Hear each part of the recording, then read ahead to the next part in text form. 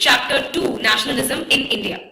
अब ये वाला जो चैप्टर है ना, ये वाला आप सभी ने 8th स्टैंडर्ड में भी पढ़ा हुआ है। इनफैक्ट इंडियन हिस्ट्री के बारे में हम यहाँ वहां से ऑनलाइन न्यूज के थ्रू या फिर अपने पेरेंट्स एंड ग्रैंड पेरेंट्स के थ्रू भी सुनते रहते हैं। इनफैक्ट हमारे ग्रैंड पेरेंट्स और उनके ग्रैंड पेरेंट्स उन्हीं के जमाने में, उन्हीं के टाइम के ड्यूरेशन में ये स्ट्रगल्स हो रहे थे। उन लोगों ने तो इन सभी लीडर्स को जिनके बारे में हम बात करने वाले हैं, उन्हें लाइव देखा है। उस जमाने में जब रेडियो के थ्रू ये इंफॉर्मेशन शेयर की जाती थी, उस टाइम पर भी उन लोगों का जो एक्सपीरियंस था वो आप अपने ग्रैंड पेरेंट्स या अपने ग्रेट ग्रैंड पेरेंट्स अगर वो हो तो आप उनसे बातें कर सकते हैं, इसके बारे में और ज्यादा जानकारी पूछ सकते हैं। इनफैक्ट आपके पेरेंट्स ने भी बहुत सारी स्टोरीज सुनी ही होंगी, आई एम वेरी श्योर, तो आप उनसे भी काफी ज्यादा डिटेल्स कैप्चर कर सकते हैं। अब मैं जो यहाँ आपके साथ डिस्कस करने जा रही हूँ, that will be strictly based on your NCERT chapter 2 nationalism in India. ये आपके टर्म 2 का पार्ट है फॉर द ईयर 2021 to 22। तो ये आपका जो सेशन है, इसके लिए ये आपका टर्म 2 का पहला हिस्ट्री का चैप्टर है, चैप्टर 2 नेशनलिज्म इन इंडिया। अब सारा चैप्टर एक ही बार में तो नहीं पढ़ेंगे, so I have just jotted down the important points and I am going to cut the chapter into different segments and हर एक सेगमेंट को हम धीरे धीरे कंटिन्यू करते रहेंगे। तो आज हम जो बिगिनिंग करने वाले हैं, तो ये जो चैप्टर की बिगिनिंग है, आप अपनी बुक्स में भी पढ़ेंगे तो आपको बिगिनिंग के पैराग्राफ्स में वर्ल्ड वॉर 1 के बारे में लिखा हुआ दिखाई देगा। वर्ल्ड वॉर 1 का ड्यूरेशन था फ्रॉम 1914 टू 1918। अब वर्ल्ड वॉर 1 शुरू होने का रीजन आपको पता है, Balkans, Ottoman Empire, that is true, उन्हीं की वजह से ये शुरू हुई। बट जब वर्ल्ड वॉर 1 चल रही थी 1914 टू 1918, उस टाइम इंडिया पर किसका राज था? ब्रिटिश राज। सो ब्रिटिश यहां पर कॉलोनाइजर्स थे, और क्योंकि वॉर में British was the main country as well, one of the main country उन सभी ग्रुप्स के बीच में से, तो ऑब्वियसली ब्रिटिश का जो आउटलुक था, ब्रिटिश का जो तरीका था गवर्न करने का इंडिया को, वो little bit tad bit change होता गया। तो इंडिया ने बहुत सारे चेंजेस फेस किए जब वर्ल्ड वॉर 1 चल रहा था, और वो चेंजेस 2 पार्ट में डिवाइडेड है। एक है आपके पॉलिटिकल चेंजेस, यानी कि रूल्स कैसे बदले, इंडिया के लोगों को क्या क्या राइट्स मिल गए या क्या राइट्स उनसे छीन लिए गए, वो सब चीजें पढ़ेंगे। दूसरा है economical, which is related to money, tax system, money, उनके जो प्रोडक्ट्स थे उनके क्या प्राइस मिल रहे थे वॉर की सिचुएशन में। तो हम सभी को पता है कि जो प्राइजेस होते हैं वो फॉल हो जाते हैं, और सबसे पहले आर्मी नीड्स को पूरा किया जाता है। इसके अलावा जो दूसरा टॉपिक इस वीडियो का पार्ट रहेगा वो रहेगा Gandhi ji is return to India. तो जब गांधी जी इंडिया वापस आए थे अपनी लॉ की डिग्री लेके, सर्टिफिकेशन वगैरह कंप्लीट करके, सो वो ईयर था 1915, यानी कि आप देख सकते हो कि जब वर्ल्ड वॉर 1 चल रहा था उसी के ड्यूरेशन में ही गांधी जी वापस आए थे, और उन्होंने इंडिया के अंदर जो सिचुएशंस थी उसको देखते हुए न्यू नॉर्म्स वहां पर इंप्लाई किए। इंडिया को non violence, Satyagraha, meaning of the actual truth, ये सब कुछ सिखाया, और एक नया तरीका अपनाया ब्रिटिश से सही राइट्स, सही लॉ बनवाने का। इवेंचुअली ये जो गांधी जी का आइडिया था वो पूर्ण स्वराज में कैसे बदला, वो इस चैप्टर में हम धीरे धीरे स्टेप बाय स्टेप अनफोल्ड करते जाएंगे। तो यहाँ पर ये 2 टॉपिक है जो हम शुरू करने वाले हैं। तो टॉपिक 1 से शुरू करते हैं कि वर्ल्ड वॉर 1 के इंडिया पर क्या इंपैक्ट्स पड़े। Okay, so here are some of the impacts that we could see at that time when the World War 1 was going on. So first of all, क्योंकि वॉर चल रही थी तो war के चलते हुए बहुत ज्यादा पैसा खर्च होता है, तो वॉर के पैसे कमाने के लिए जो ब्रिटिश गवर्नमेंट थी उन्होंने इंडियन लोगों के ऊपर लगाए हुए टैक्सेस का प्राइस इंक्रीज कर दिया। साथ ही साथ क्योंकि सारा का सारा सामान सबसे पहले आर्मी नीड्स के लिए जा रहा था, उनकी नीड को पूरा करने के लिए भेजा जाता था इवन इंडिया से भी, तो जो कॉमन लोग थे उन लोगों के लिए ज्यादा आइटम इंडिया में नहीं बच रही थी, और जो आइटम्स बचती भी थी उनका प्राइस बहुत ज्यादा होता था, जिसकी वजह से लोगों को बहुत प्रॉब्लम्स को फेस करना पड़ा। इसके अलावा ब्रिटिश बहुत सारे विलेजर्स, खास करके फार्मर्स को जबरदस्ती सोल्जर बना रहे थे और वॉर लड़ने के लिए भेज रहे थे।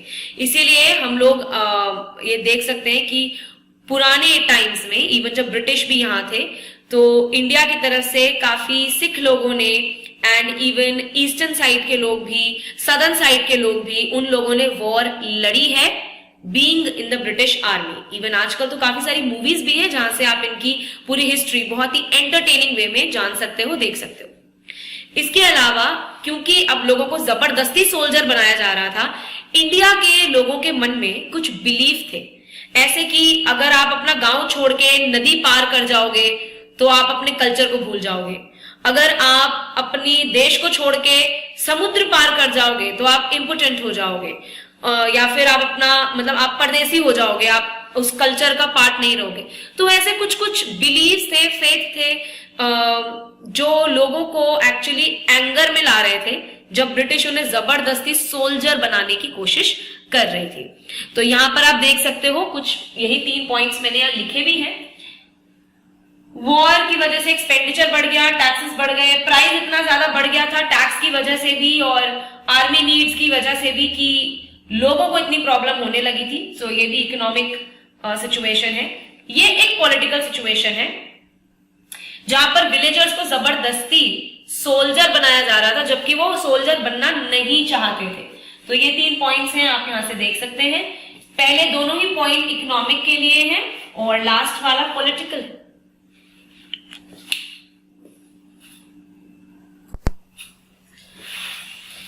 ओके, तो आगे के पॉइंट्स हम लोग समझते हैं।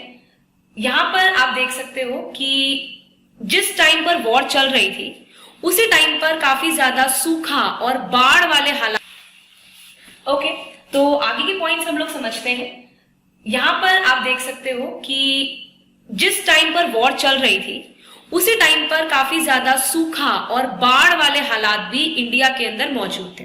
इसकी वजह से बहुत सारे फार्मर्स के लैंड पर जो जो चीज उन्होंने सो की हुई थी वो उग नहीं पाई।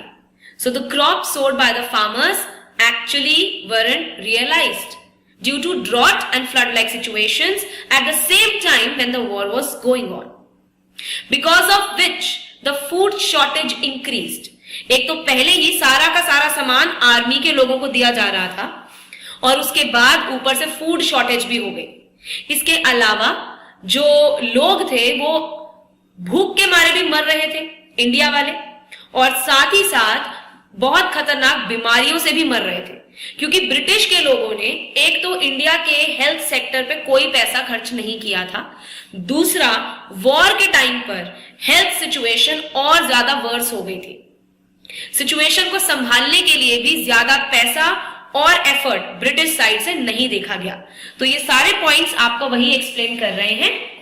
पॉइंट 4 से इन 1918 to 19 1 year gap and again in 1920 to 21 crop failed in India resulting in the shortage of food.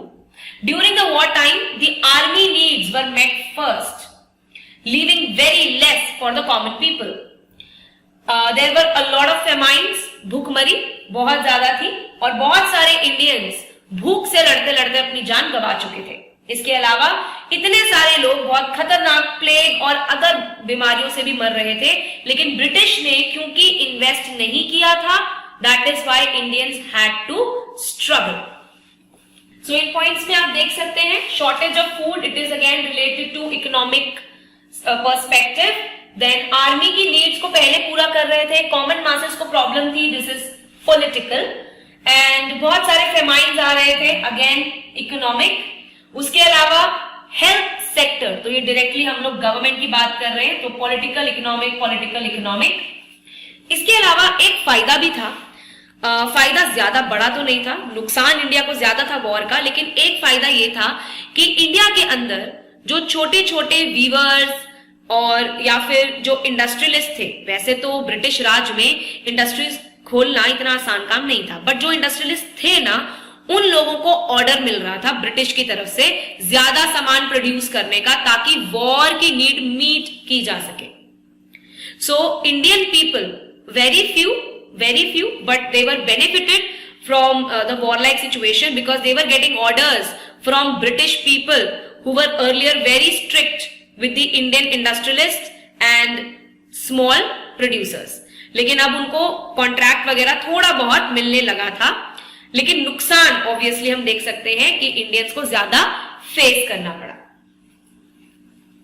With this, we have come to the next part that I mentioned earlier on the board, the second topic, that is Gandhiji's return to India. अब गांधी जी की story आप लोगों ने पहले भी सुनी है, उन्होंने क्या किया, कैसे किया, और एक ट्रेन वाली स्टोरी, रेलवे वाली स्टोरी बहुत ज्यादा फेमस है कि गांधी जी ने फर्स्ट क्लास टिकट खरीदी थी रेलवे की, बट जब वो रेलवे में बैठे उन्हें उस रेलवे बॉक्स, उस वाले कैरेज से बाहर निकाल दिया गया और कहा गया कि आप फर्स्ट सेकंड कोई भी टिकट खरीदो, आप क्योंकि आपका स्किन कलर जो है व्हाइट नहीं है, आपको थर्ड क्लास में ट्रैवल करना पड़ेगा, यही रूल है। और ये रूल कहां अप्लाई होता था? ये रूल अप्लाई होता था साउथ अफ्रीका में। साउथ अफ्रीका में जहां पर अपार्थाइड सिस्टम चल रहा था, जहां से नेल्सन मंडेला जी बिलोंग करते हैं, वहीं पर गांधी जी भी विजिट कर रहे थे। उनके साथ जब ये रेलवे इंसिडेंट हुआ, ही रियलाइज्ड कि ब्रिटिश जो है actually they are not working to make the under developed countries develop or make them better than they were before. They are actually working for themselves. They are here to take all the resources and even take the credit also for converting these people into gentlemen and gentlewomen. But in reality, they are not providing anything. Rather, they are running such a system which is based on skin color. So demeaning. तो इसी वजह के लिए already south Africa में तो protest चल रहे थे, गांधी जी ने भी वहां पर सत्याग्रह और नॉन वायलेंस, इन दोनों चीजों का इंट्रोडक्शन किया अलोंग विद नेल्सन मंडेला। तो गांधी जी ने साउथ अफ्रीका के अंदर ही शुरुआत कर दी थी सत्याग्रह और प्रोटेस्ट की, और आवाज उठाने की अगेंस्ट ब्रिटिश डूइंग्स जो कि गलत थी लोगों के लिए, मॉरल बेसिस पे, मॉरली ही रॉन्ग थे वो लोग। तो ये जो रेलवे इंसिडेंट है, ये गांधी जी के साथ साउथ अफ्रीका में हुआ था। Gandhi ji South Africa visit कर रहे थे, बट इन जनवरी 1915 ही came back to India. India आते ही उन्हें ये तो समझ आ गया था कि जो सिस्टम उन लोगों ने अफ्रीका में किया हुआ है, एटलीस्ट इंडिया में अपार्थाइड सिस्टम नहीं था, बट स्टिल जो ब्रिटिश हैं, they are only working for themselves, they are just taking all the resources out of our land and they are also using the human resource as well here. तो इस वजह से Gandhi ji already decide करके आए थे कि he need to work for the masses, specially वो लोग जिनको एक्सप्लॉइट किया जा रहा है। गांधी जी जब इंडिया आए तो आते ही उनको पता चल गया था कि कांग्रेस पार्टी ऑलरेडी क्योंकि एग्जिस्ट करती थी इंडिया के अंदर, तो गांधी जी जब आए तो उन्होंने काफी बड़े बड़े लीडर्स, बहुत ऐसे लोग जो ऑलरेडी फ्रीडम के लिए फाइट कर रहे थे, उन लोगों से मुलाकात की। गांधी जी खुद एक लॉयर थे, तो वो और भी ज्यादा लॉयर्स और पढ़े लिखे लोग और उन लोगों से जो ऑलरेडी इस फील्ड में काम कर रहे थे, उनसे उन्होंने मुलाकात की। इसी दौरान उनकी मुलाकात एक फार्मर से हुई। वो फार्मर गांधी जी को चेज करता करता गांधी जी की मीटिंग्स एंड स्पीच वाली ड्यूरेशन, मीटिंग्स वगैरह एरियाज में ही पहुंच गया।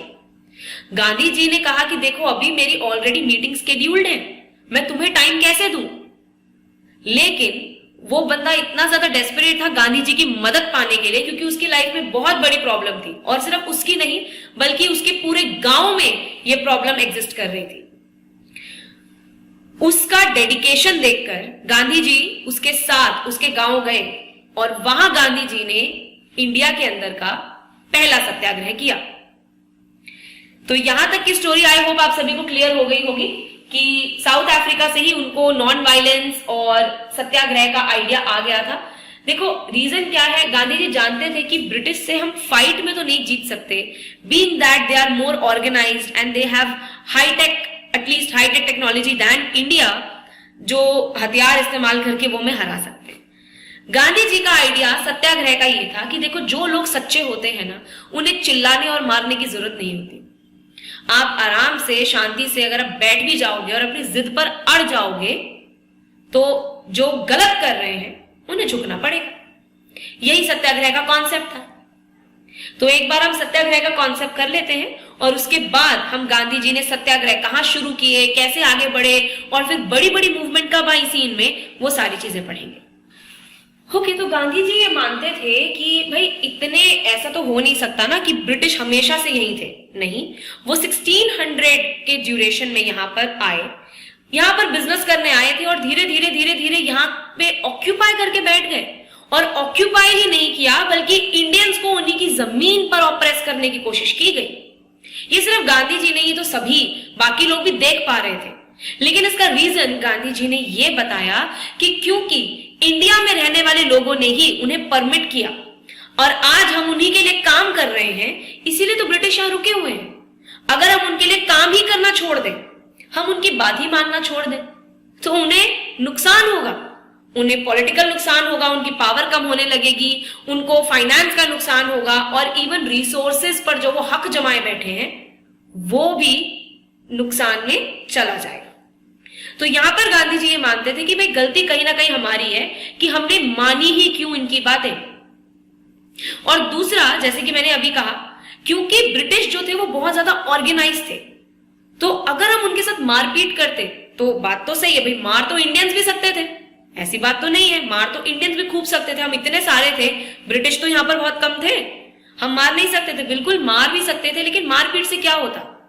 ऐसा तो नहीं था ना कि सिर्फ ब्रिटिश की जान जाती या उन लोगों की जान जाती, जान बहुत सारी इंडियंस की भी चली जाती, और वो गई भी है ओवर द इयर्स। इसीलिए गांधी जी को लगा कि जान गंवाने से बेटर है कि यहां पर हमें मालूम है ब्रिटिश गलत है, तो क्यों ना उन लोगों को ये रियलाइज कराया जाए कि वो गलत है। और ये मारपीट से कैसे रियलाइज कराया जाएगा? क्योंकि मारपीट में क्या होता है, यूजुअली दूसरा बंदा भी जवाब उतने ही वायलेंस, उतनी अग्रेशन से देता है। तो गांधी जी ने क्या कहा कि अगर आप सच्चे हो, जिस कॉज के लिए आप लड़ रहे हो वो कॉज सच्चा है और सामने वाला मॉरली गलत है, उसका तरीका, उसकी इंटेंशन ही गलत है, तो उसे रियलाइज कराइए अपने प्रोटेस्ट के जरिए, अपनी शांति के जरिए। आप अपनी शांति भंग मत कीजिए। मार पिटाई वो मारेंगे, इंडियंस भी मार सकते हैं, लेकिन फायदा क्या अपने लोगों को गंवाने का? क्योंकि गलती हमारी थोड़ी है, हमारे लोग क्यों मरे? गलती तो ब्रिटिश की है कि वो गलत लॉ बनाते हैं, वो इतना ज्यादा ऑप्रेस करते हैं। तो यहां पर देखिए, ही डायरेक्टेड द पाथ ऑफ सत्याग्रह, जिसका मतलब था द हाउस ऑफ ट्रूथ। सत्याग्रह यानी आप सच्चे हो तो आपके अंदर ही सच का घर है, आप ही सच को कैरी कर रहे हो। ये आइडिया था जो ये सजेस्ट करता था कि अगर हम सच्चे हैं और जिस चीज के लिए हम अपनी आवाज उठा रहे हैं वो कॉज सच्चा है, तो स्ट्रगल को हमें कभी इंजस्टिस नहीं मिलेगी और हमें मारपीट की जरूरत ही नहीं है। भाई हम मारपीट करेंगे, ऑब्वियसली हम जीत भी सकते हैं, हार भी सकते हैं, पर वो करने की जरूरत ही नहीं है क्योंकि वो गलत हैं। और हमारे पास क्या तरीका है कि हम उनसे लड़े नहीं, उनको लेकिन याद दिला दें कि आप गलत है भाई साहब और हम आपका साथ इसमें हम नहीं देने वाले हैं। क्योंकि गांधी जी का मेन आइडिया क्या था कि हम ही लोगों ने उन्हें सपोर्ट किया कहीं ना कहीं, उन्होंने जो काम बोला हम उन्हें वो करके दे रहे हैं, तो काम ही करना बंद कर दो। जब ब्रिटिश यहां पर पैसा कमाने आए हैं, जब उन्हें नुकसान होने लगेगा तो अपने आप चले जाएंगे। तो हमारे लोग मरे क्यों? गलती उनकी, तो उन्हीं का नुकसान करवाओ। मारपीट करके खुद का नुकसान करने की कोई जरूरत नहीं है। तो जो सत्याग्रह है वो करेगा क्या? सत्याग्रह अपील करेगा जो ऑपरेसर है, जो गलत कर रहा है, उसकी कॉन्साइंस को। ठीक है, जब हम उसे रियलाइज करवाएंगे कि ये चीज गलत है and we are not supporting you in this, तो उन्हें रियलाइज होगा कि हाँ भाई सामने वाले को भी समझ में आ रहा है कि this is wrong and we need to stop. Rather than violence करके खुद को नुकसान कराओ, अपने लोगों की जान गवाओ, इससे बेटर है उनका फाइनेंशियल और इकोनॉमिक लॉस हो और हम बैठे और उन्हें बताएं कि आप गलत हो, पहले आप सुधर जाओ, फिर हम काम कर लेंगे। ठीक है, तो ये था सत्याग्रह का आइडिया। इसी के साथ जैसे कि मैंने आपको यहां पर बताया कि गांधी जी जब इंडिया आए तो उन्होंने बहुत सारे पॉलिटिशियन जो फ्रीडम के लिए लड़ रहे थे, लीडर्स, लॉयर्स और जो भी लोग उस टाइम सोशल वर्क कर रहे थे, इंडिया की डेवलपमेंट के लिए काम कर रहे थे, इंडियंस, उनसे मुलाकात की जानने के लिए कि क्या क्या प्रॉब्लम्स हैं। ठीक है, इसी बीच उनकी मुलाकात एक फार्मर से हुई जो कि बिहार चंपारण से आए थे। तो यहां पर सबसे पहला सत्याग्रह वहां पर उन्हीं लोगों के लिए किया था गांधी जी ने। लेकिन ये याद रखिएगा, ये जो 3 सत्याग्रह यहां लिखे हैं ये कोई मास मूवमेंट नहीं था, पूरे इंडिया ने इसमें पार्टिसिपेट नहीं किया। ये जो 3 छोटे छोटे छोटे सत्याग्रह हैं, बिगिनिंग थी जो इंडिया के अंदर सत्याग्रह की, ये तीनों सत्याग्रह एक पर्टिकुलर सेक्शन, एक पर्टिकुलर ग्रुप, एक पर्टिकुलर एरिया के लिए हुए हैं, जिसका एक स्पेसिफिक कॉज था। तो यहां पर चंपारण बिहार में इंडिगो प्लांटर्स, उनके लिए हेल्प की थी गांधी जी ने सत्याग्रह ऑर्गेनाइज करवाने में। ये सत्याग्रह 1916 में एंड हुआ था, 1915 में ही शुरू हो गया था, 16 तक एंड हुआ था ये। तो यहां पर क्या हुआ, यहां पर गांधी जी जो थे उन्होंने देखा कि प्रॉब्लम क्या थी। जो फार्मर्स थे ना, उन लोगों को बोला गया था, ब्रिटिश ने बोला था कि आप लोगों को ना बहुत बेनिफिट मिलेगा अगर आप अपनी जमीन जिसपे आप खेती करते हो उसके एक पार्ट में, थोड़े से पार्ट में आप इंडिगो उगा लो। अब इंडिगो क्या है? बेसिकली इंडिगो एक ऐसा प्लांट है जिसको यूज करके मशीन के थ्रू डाई बनाई जाती है, ब्लू डाई। ओके, तो वो ब्लू डाई बनाने के लिए इंडिगो प्लांट उगाना जरूरी है। लेकिन इंडिगो प्लांट की एक प्रॉब्लम है, ये जहां पर भी उगता है ना, उसके बाद वहां पर कुछ और नहीं उग पाता आसानी से। ये उस जमीन को ऐसा बना देता है कि वहां पर फिर बस इंडिगो ही उग सकता है, उसके बाद कुछ नहीं उग पाएगा एक बार ये उगा लिया तो। और ये पूरी जमीन में नहीं उगाना था, ये कुछ पोर्शन में ही उगाना था, थोड़े बहुत पोर्शन में ही उगाना था।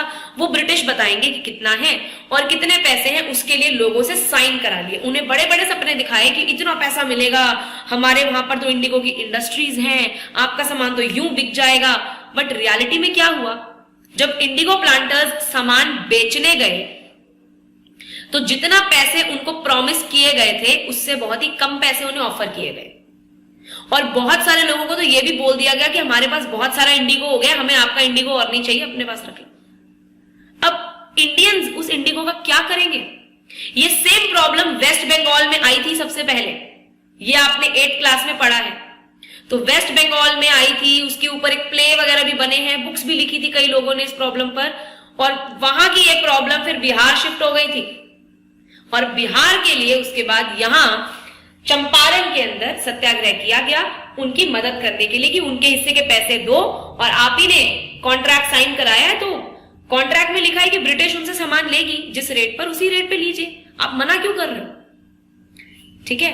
और हाँ, जिस फार्मर ने कॉन्ट्रैक्ट साइन किया था उसको इंडिगो उगाना कंपलसरी था, ठीक है, अदरवाइज सजा मिलती। दूसरा सत्याग्रह, छोटा सत्याग्रह किया था खेड़ा, गुजरात के गांव में। यहां पर क्या हुआ था, यह भी 1916 के अंदर ही है। पुअर पीजेंट्स, गरीब फार्मर, ठीक है, ये लोग यहां पर या तो लैंडलेस थे या लैंड था तो बहुत ही कम था, तो ये लोग किराए पर, ठीक है, काम करते थे, रेंट वगैरह देके काम करते थे। यहां इस बार प्रॉब्लम ये हुई कि इन लोगों की क्रॉप फेल हो गई। अब इन फार्मर्स के पास बिल्कुल भी पैसे नहीं थे ब्रिटिश के टैक्स, जमींदारों के टैक्स देने के लिए, रेंट देने के लिए। तो ये चाहते थे कि भैया एक साल हमारा टैक्स वगैरह माफ कर दो या प्राइस कम कर दो, जो कि ब्रिटिश और जमींदार दोनों ही नहीं कर रहे थे। तो उसके अगेंस्ट ये सत्याग्रह किया गया था। लास्ट है अहमदाबाद, गुजरात। यहां पर क्या हुआ था, ये 1918 का सत्याग्रह है। तो यहां पर क्या हुआ था, यहां पर जो फैक्ट्रियां हैं, यहाँ पे आप जानते हो गुजरात और महाराष्ट्र में ही सबसे ज्यादा कॉटन की फैक्ट्रियां हैं, क्योंकि यहां पर ब्लैक सॉइल है जिसके अंदर कॉटन उगती है। तो यहां पर क्या हुआ कि जो फैक्ट्रीज थी उनके मालिकों ने, जब फेस्टिवल सीजन आया और वॉर का टाइम आया, तो अपने वर्कर्स को बोला कि देखो तुम एक्स्ट्रा काम करो, हमें प्रॉफिट्स होंगे तो ऑब्वियसली तुम्हें भी फायदा होगा, तुम्हारी सैलरी बढ़ेगी, तुम्हें बोनस मिलेगा, एक्सेट्रा एक्सेट्रा। बट प्रॉब्लम क्या हुई, वर्कर्स ने काम तो बहुत ज्यादा करके दिखाया, लेकिन ना उनकी सैलरी बढ़ाई गई, ना उन्हें टाइम पर बोनस दिए गए। वो लोग डिमांड कर करके थक गए, बट जो इंडस्ट्रियलिस्ट थे, जो कैपिटलिस्ट थे, उन्होंने उनकी बात नहीं सुनी। तो उन्हीं के अगेंस्ट ये सत्याग्रह किया गया था कि वर्कर्स को जो प्रॉमिस्ड अमाउंट था वो उन्हें पे किया जाए। तो ये थे छोटे छोटे 3 सत्याग्रह। यहां से आगे जो स्टोरी बढ़ी है उसमें, और ये 3 सत्याग्रह एक पर्टिकुलर एरिया, स्पेसिफिक कॉज और एक ग्रुप के लिए हैं, बट इसके आगे जो सत्याग्रह और मूवमेंट्स हुए हैं वो पैन इंडिया है, यानी कि पूरे इंडिया में हुए हैं। सो आज की क्लास, आज का सेशन, आज की वीडियो यहीं तक का टॉपिक कवर कर रही है। यहां तक आप अच्छे से रिवाइज करके आइएगा, and I will see you in my next video.